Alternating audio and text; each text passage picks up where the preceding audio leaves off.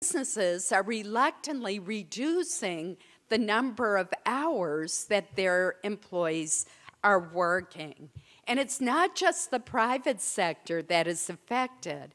I met recently with the superintendent of schools from Bangor who told me that they are now tracking and capping the number of hours that their substitute teachers can teach so that they don't go over 29 each week. Well, think about that. That's less money for the substitute teacher and his or her paycheck, and it's disruptive to the students to have to keep changing substitute teachers.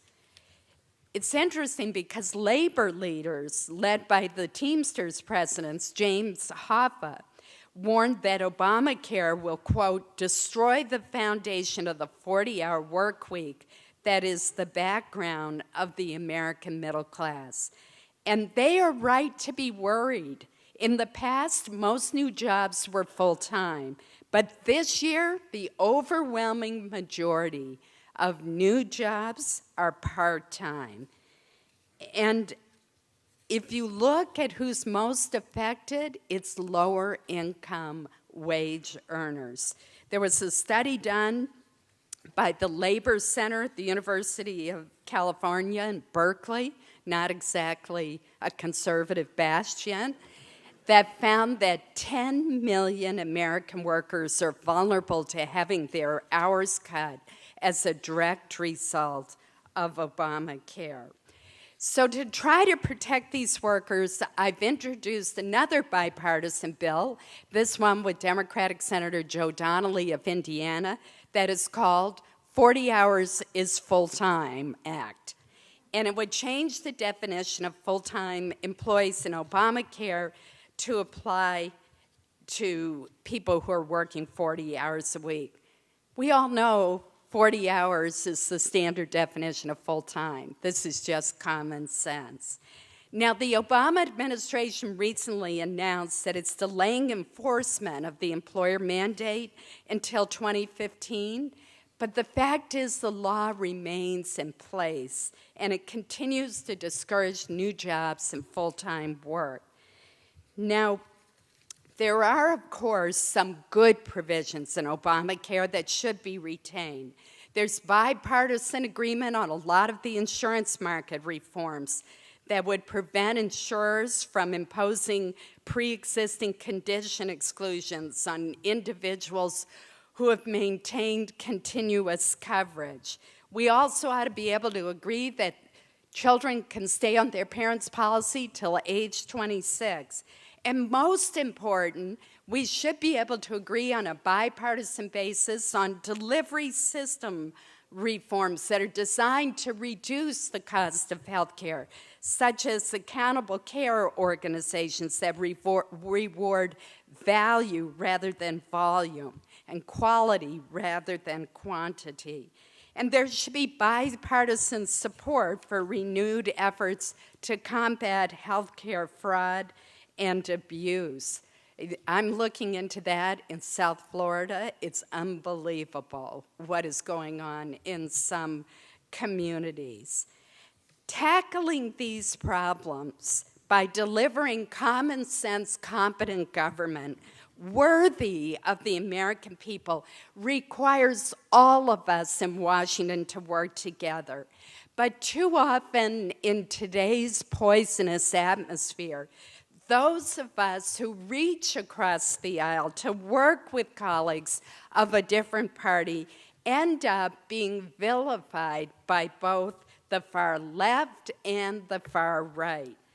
The problems that we face are too important for us to allow excessive partisanship to prevent us from achieving solutions. As one constituent said to me, why does there have to be a Republican bill and a Democratic bill and then neither of them pass? Why can't you be Americans first? We've exhausted all the alternatives: excessive borrowing, budgetary gimmicks, printing money, the blame game. Now we are left with that quality of our national character that has seen us through crises throughout our history.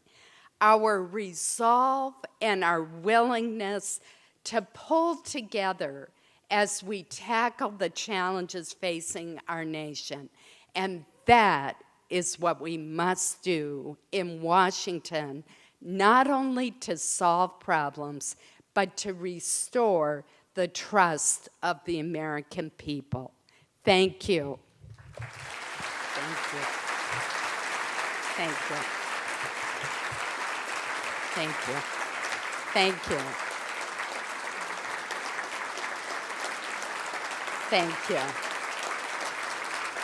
Thank you very much.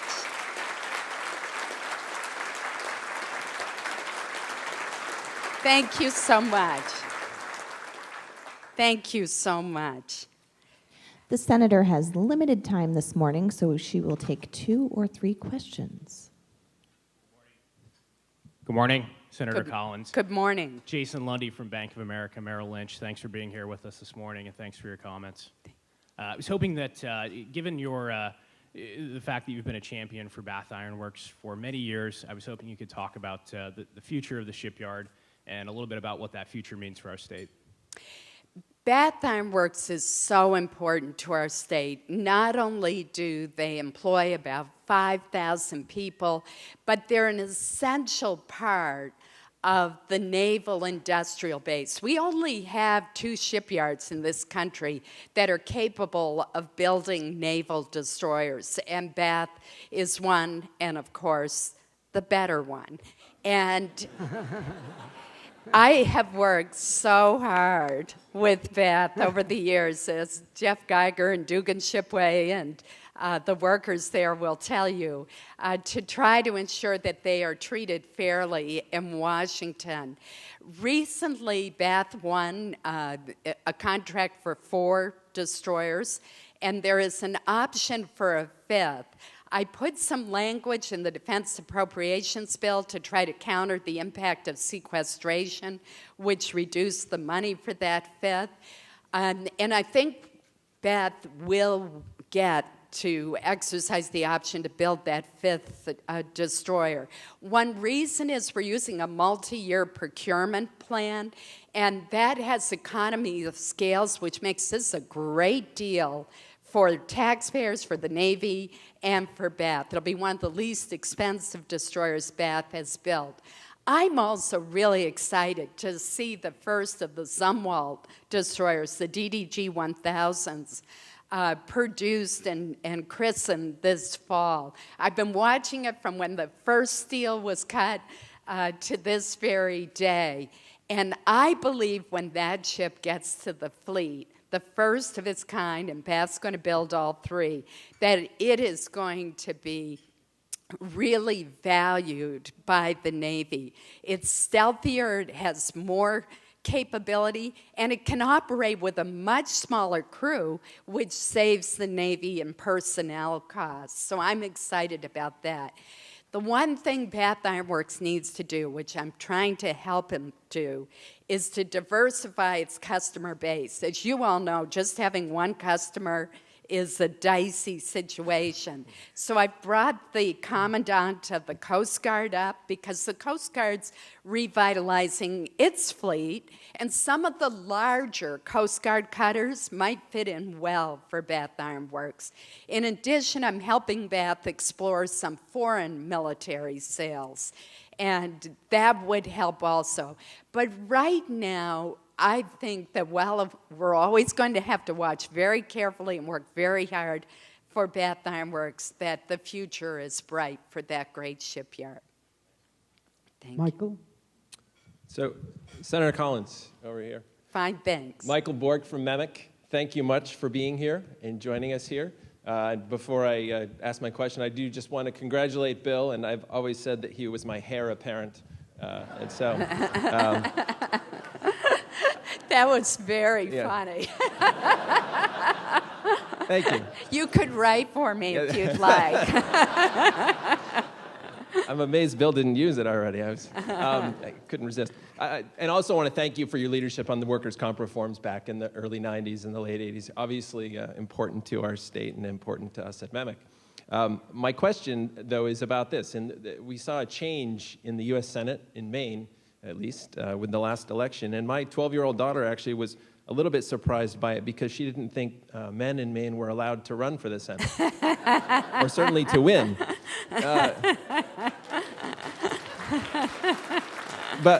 So my question is about your relationship with Senator King and how that's going. It seems important to Maine that our senators work together and push for good things for the state. It is so important, and I'm pleased to report to you that Angus and I work as a team. We like each other, and it's been a great relationship from day one. In fact, our very first conversation was to look at which committees we should get on to make sure that Bath Iron Works, for example, had advocates on the key committees. I had been on the Armed Services Committee, had the opportunity to go up and rank on the Defense Appropriations Committee. So Angus agreed that he would go on Armed Services so that I could move up the seniority ladder on the Defense Appropriations, the Funding Committee. So we've got it covered from both perspectives. But he really has been a wonderful partner, and I have enjoyed working with him. It's funny that you tell that story because Steve Abbott, who was my longtime chief of staff's daughter when I last ran in 2008, asked him whether boys could grow up to be senators. And I always loved that. And frankly, doesn't it show how important role models are? And one thing I have done is I have visited more than 180 schools in Maine because I want those little girls and boys, particularly in rural Maine, to know that they can grow up to be a United States Senator or whatever they want to be. And I think that one reason Olympia and I did not have to convince people that women could be senators is we had Margaret Chase Smith representing the state of Maine the entire time we were growing up, and she was a personal inspiration to me. So I do think that is important. But to get back to your question, Angus and I are getting along famously. He sends me lots of text messages. The only other person who sends me text messages are my young nieces and Angus King. Thank you. Thank you. Thank you. Thank you. Thank you. Thank you. Enjoyed all your Sorry I didn't allow enough Great time, remarks. but okay. Thank you. Thank you.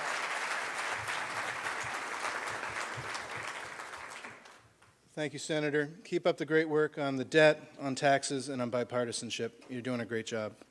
Some final announcements as we wrap up. You can stay up to date on everything related to the Chamber by connecting with Facebook, LinkedIn, and Twitter. Stay tuned to the Chamber's YouTube page for video of this morning's Eggs and Issues. And as always, the photos taken here this morning will be available for viewing on both Facebook and Flickr.